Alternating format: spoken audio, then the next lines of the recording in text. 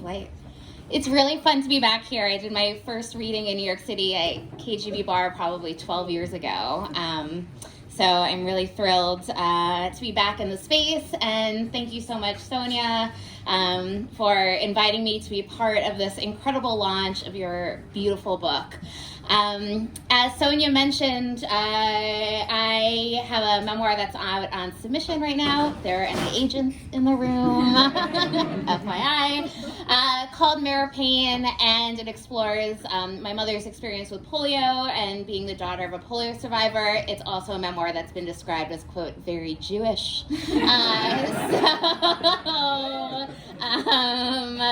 So just putting that out there.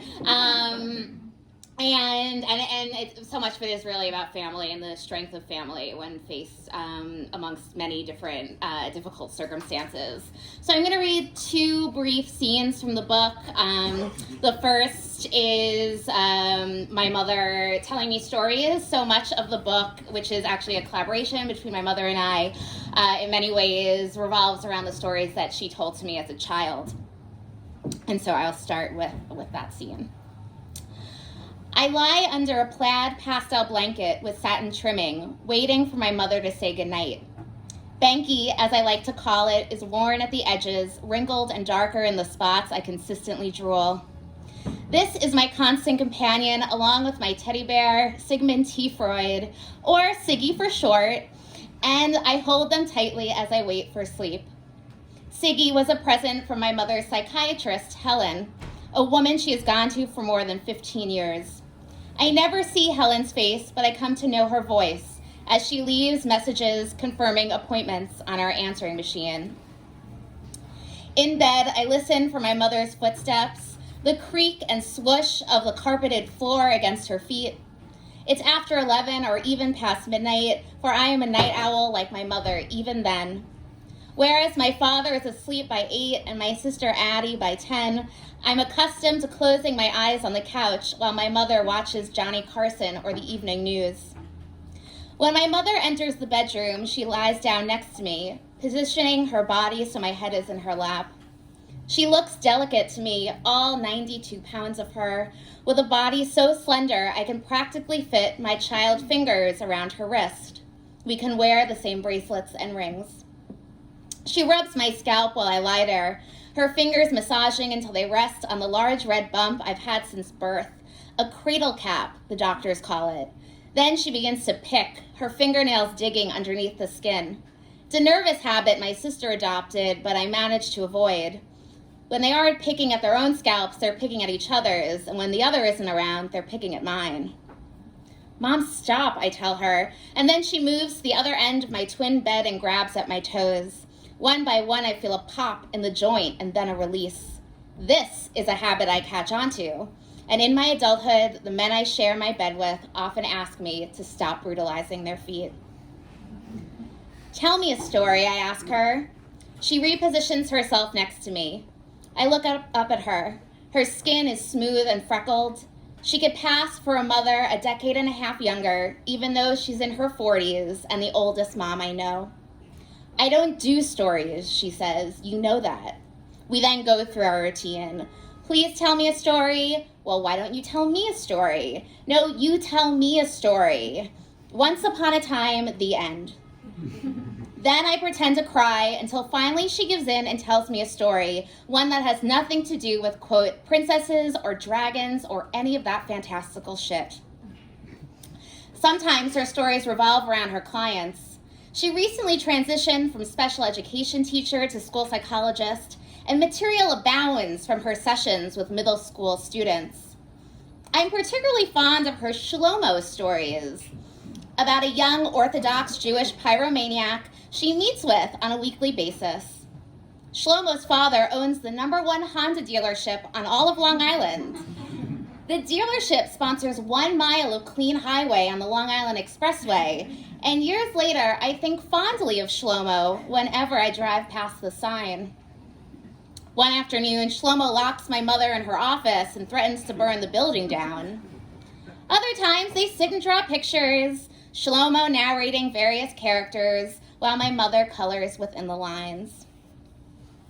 Eventually, Shlomo exits the system, becoming the problem of a high school counselor who isn't my mother. But I miss the stories of his antics, and so my mother starts making up her own. Then a miracle happens. Shlomo has a brother. He enters middle school and is in need of counseling. This brother gets promoted from recurring character to main role, but my mother's heart isn't in it. Just fucked up, but not as much fun, is how she describes him. Sometimes, lying in bed together, my mother tells me about herself.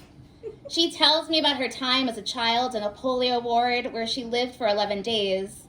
I hear about the spinal tap, the way she begged her parents not to go away.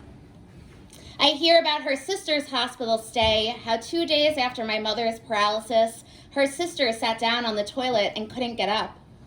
I hear about the stark white room that they shared. My mother tells me about her recovery and the warm bath she was placed in while her sister cried, fearful the two would be separated. My mother describes the feel of her new yellow dress and black patent leather Mary Janes. She remembers my grandfather standing at the end of a long hallway and being able to run to him with full mobility in her legs. This isn't an effective way to get me to fall asleep. My mother is an excellent storyteller, and I want her to keep talking. I don't know why my mother chooses me to be the vessel to catch all that spills out of her.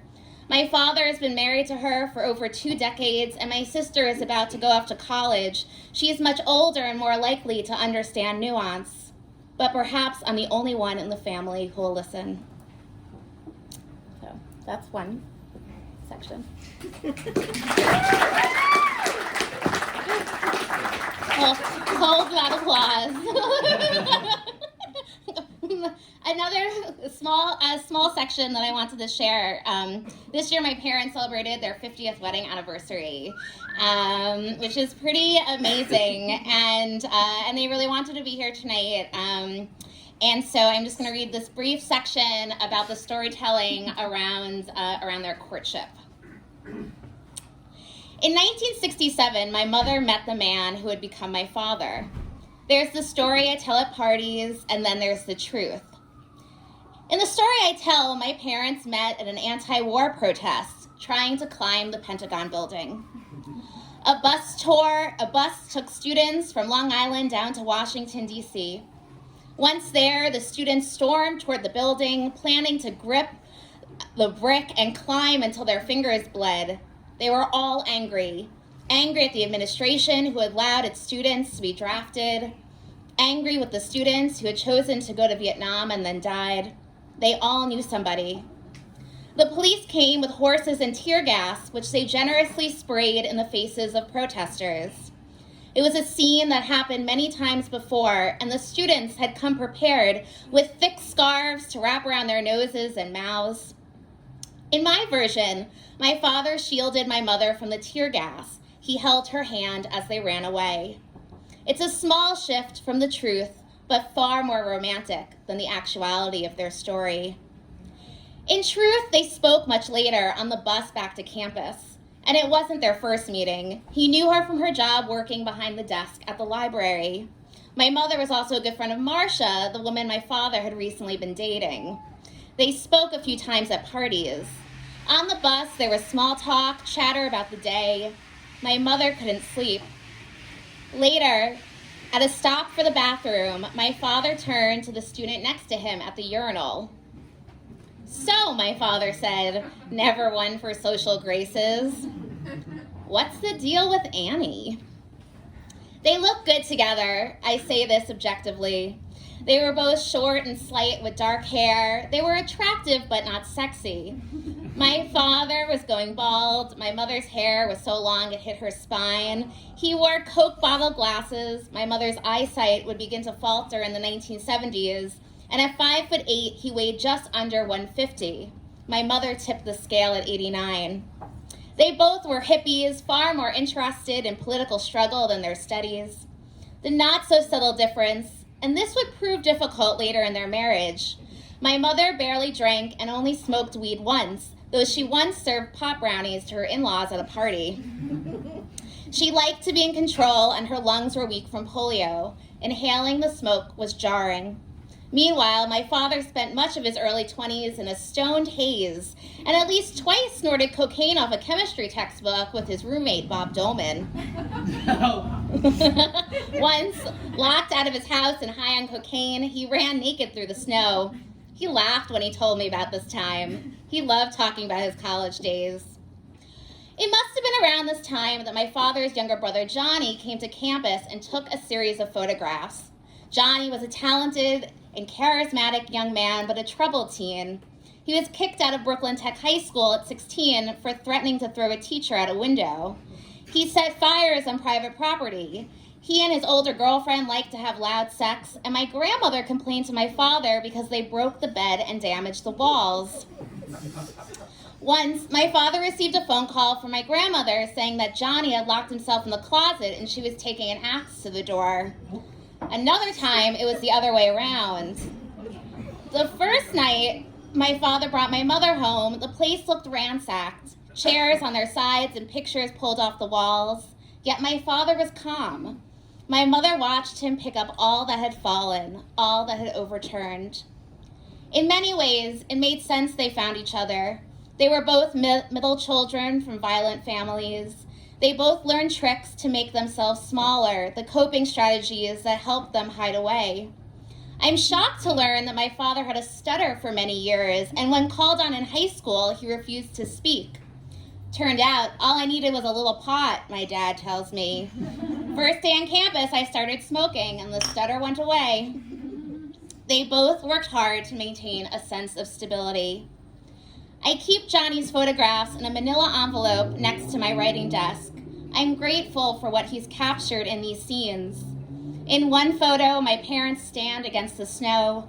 There are several feet of concrete between them. My father is walking towards my mother, and my mother is leaning away. The edges of her mouth are pulled downwards, long hair in her eyes. I know this face. I know this body language. My mother's pissed off. My father was, he liked to joke, always a little afraid of her. In another photograph, my mother and father sit in profile. He leans back, resting against her chest. His eyes are closed, and she stares straight ahead. It's strange to see them in such a position of ease. They clearly love each other deeply in this moment, or at least love the way they could finally feel at peace.